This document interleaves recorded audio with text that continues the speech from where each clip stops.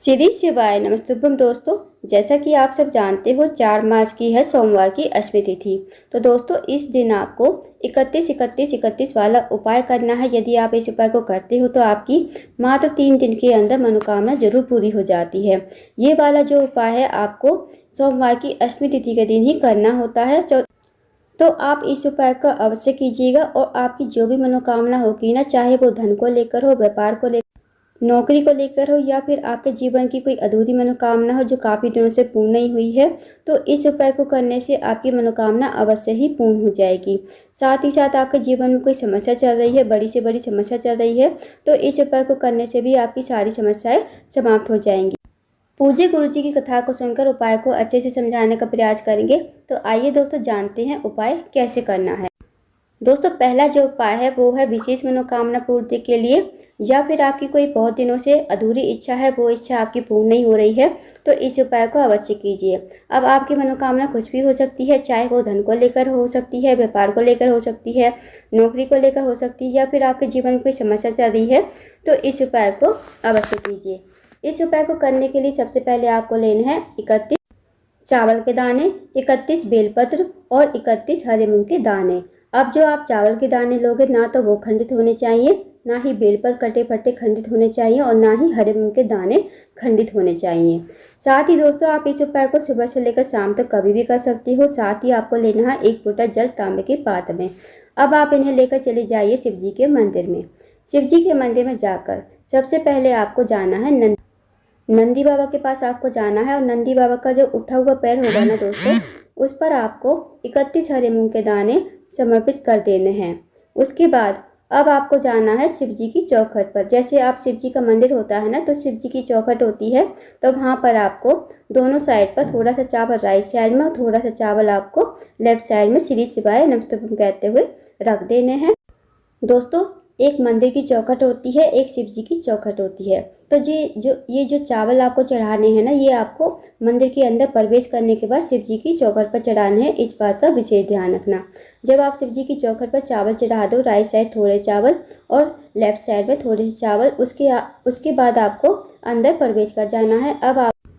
अब आपके पास जो 31 बेलपत्र है ना, वो आपको एक एक करके या तो फिर माता अशोक के स्थान पर चढ़ाइए, या आप शिवलिंग के ऊपर भी इन बेलपत्र को चढ़ा सकते हो। और ध्यान रखना दोस्तों, आपको एक एक करके बेलपत्र को चढ़ाना है। माता अशोक का स्थान जो होता है जलाधारी के बीचों बीच में होता है। माता अशोक जो है शिव जी की सबसे छोटी और प्रिय पुत्री हैं। वहाँ पर आपको एक एक करके ये बेलपत्र समर्पित कर देना है। या तो आप शिवलिंग पर भी चढ़ा सकती हो, नहीं तो आप माता अशोक के स्थान पर भी समर्पित कर सकते हो। उसके बाद जो 1 लोटा जल है वो आपको शिवलिंग के ऊपर श्री शिवाय नमस्तुभ्यम कहते हो और अपनी मनोकामना और अपनी इच्छा कहते हुए, जो भी आपकी इच्छा हो, चाहे वो धन को लेकर हो, व्यापार को लेकर हो, नौकरी को लेकर हो, तो आपको जब ये लोटे का जल चढ़ाओगे तो आपको साथ ही साथ अपनी मनोकामना भी बोलते हुए जानी है। बस दोस्तों छोटा सा विशेष उपाय है, फिर आपको इस उपाय को करके अपने घर पर आ जाना है। और इस उपाय को बस आपको सोमवार की अष्टमी तिथि के दिन ही करना होता है। बहुत ही विशेष उपाय है। इस उपाय को करने से आपकी जो मनोकामना होगी ना, 3 दिन के अंदर अंदर पूरी हो जाती है। तो इस विशेष उपाय को अवश्य कीजिए। अब जानते हैं दोस्तों अगले उपाय के बारे में।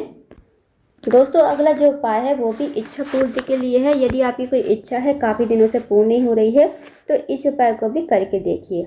इस उपाय को करने के लिए सबसे पहले आपको लेने हैं 2 लोटे में जल तांबे के पात्र में। 2 लोटा जल आपको लेना है तांबे के पात्र में। साथ ही आपको लेनी है 1 बेलपत्र और साथ ही आपको लेना है या तो पीला चंदन या फिर लाल चंदन। सबसे पहले जो आपके पास पीला चंदन या लाल चंदन है, उसमें थोड़ा सा पानी डालकर पेस्ट बना लीजिए। अब आपके पास जो बेलपत्री है ना, बेलपत्री पर आपको 7 बिंदी लगानी है। 7 बिंदी आप लगा लीजिए। उसके बाद आप 2 लोटे जल और इस बेलपत्र को लेकर चले जाइए शिव जी के मंदिर में। शिव जी के मंदिर में जाकर आपको ये जो बेलपत्र है आपको शिवलिंग के ठीक ऊपर समर्पित कर देनी है श्री शिवाय नमस्तुभ्यम कहते हुए।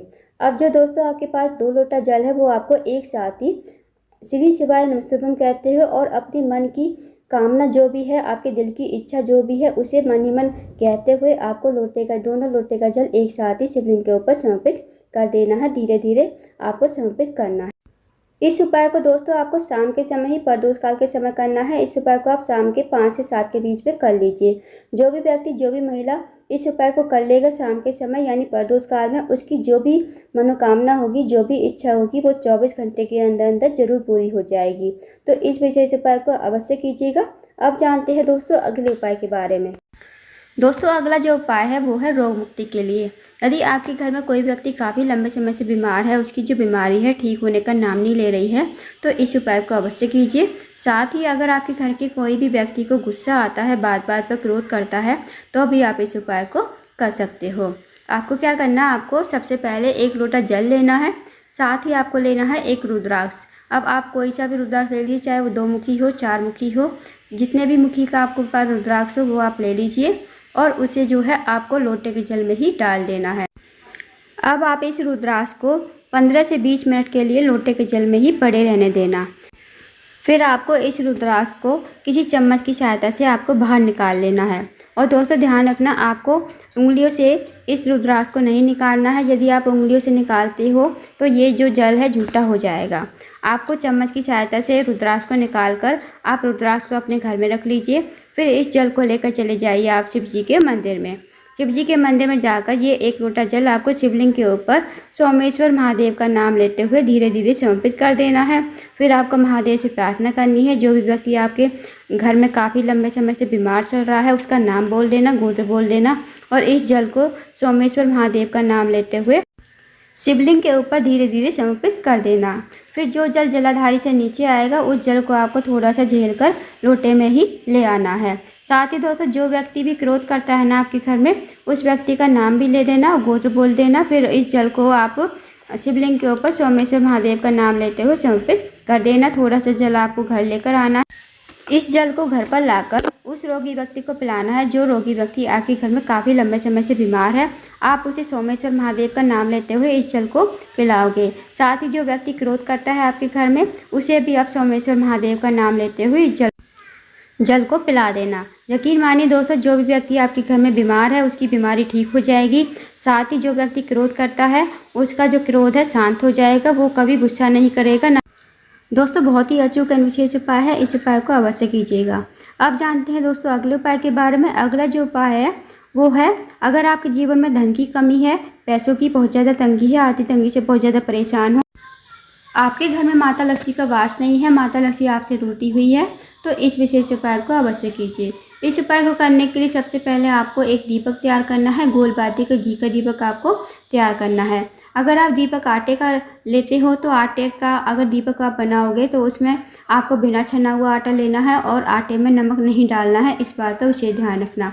साथ ही दोस्तों आपको इस उपाय को प्रदोष काल के समय यानी शाम के 5 से 7 के बीच में आप इस उपाय को कर लीजिए। अब आपको दीपक तैयार करने के बाद सबसे पहले दीपक को आप प्लेट में रख लीजिए।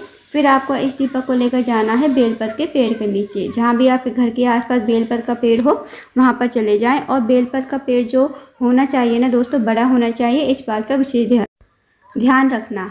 उसके बाद आपको बेलपत्र के पेड़ के नीचे पहुंचकर आपको वहाँ पर बैठ जाना है। फिर इस दीपक को आपको माता लक्ष्मी का स्मरण करते हुए और श्री शिवाय नमस्तुभ्यम कहते हुए इस दीपक को आपको प्रज्वलित करना है। फिर आपको महादेव से प्रार्थना करनी है, माता लक्ष्मी से प्रार्थना करनी है। हमारे जीवन में धन की बहुत ज़्यादा समस्या चल रही है, पैसों की बहुत ज़्यादा तंगी है, माता लक्ष्मी हमसे रूठी हुई है, माता लक्ष्मी का हमारे घर में वास नहीं है।